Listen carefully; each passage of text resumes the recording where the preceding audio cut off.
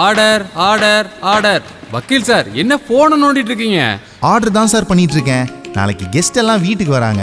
அவங்களுக்காக my food my price ஆப்ல food pre book பண்ணிட்டு இருக்கேன். அதுல நமக்கு பிடிச்ச டிஷ்ஷுக்கு நம்மளே விலையை நிர்ணயிக்கலாம். வாவ், நானும் பண்ணிடுறேன். பிரியாணி பாளையத்தின் the brand new app my food my price நமக்காக.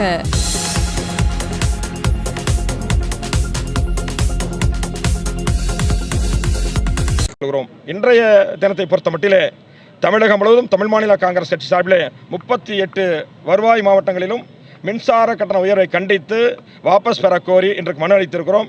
இந்த மனுவிலே மாதம் ஒரு முறை மின்கட்டணம் செலுத்துகிற கோரிக்கையை வலியுறுத்தி இருக்கிறோம். தடையெல்லாம் மின்சாரம் வழங்க வேண்டும் என்று வலியுறுத்தியிருக்கிறோம். இந்த அரசு திமுக அரசு பொறுப்பேற்ற பின்பு 3 முறை இதுமுறை 3 ஆண்டுகளிலே 3 முறை மின்சார கட்டணம் உயர்த்தி இருக்கிறது. எனவே உயர்த்திய மின்கட்டணத்தை வாபஸ் பெற வேண்டும் என்று கோரி தமிழ் மாநில காங்கிரஸ் கட்சி சார்பிலே தலைவர் ஜி.கே. வாசன் தலைமையிலே சனிக்கிழமை சென்னையிலே மிகப்பெரிய ஆர்ப்பாட்டம் நடைபெற்றது.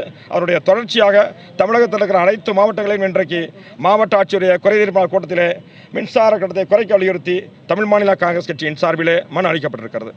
தமிழ் மாநில காங்கிரஸ் கட்சியுடைய மாநில செயற்குழு கூட்டம் கடந்த மாதம் சென்னையில் நடைபெற்றது. ஐயா ஜி.கே. வாசன் தலைமையில் நடைபெற்ற அந்த மாநில நிர்வாகிகள் கூட்டத்தில் தமிழகம் முழுவதும் தமிழ் மாநில காங்கிரஸ் கட்சிக்கு மாவட்ட கமிட்டிகளை, மாநில கமிட்டிகளை, துணை அமைப்புகளை மாற்றி அமைப்பது என்று தலைவர் ஜி.கே. வாசன் முடிவெடுத்து அறிவித்திருக்கிறார்கள். அந்த அடிப்படையில் தமிழகத்தில் இருக்கிற மாவட்ட மாநில நிர்வாகிகள் தங்களுடைய பொறுப்புகளை நாங்கள் ராஜினாமா செய்திருக்கிறோம். புதிய நிர்வாகிகள் பட்டியல் இன்னும் ஓரிரு நாட்கள் தலைவர் ஜி.கே. வாசன் அறிவிக்கிறார்கள்.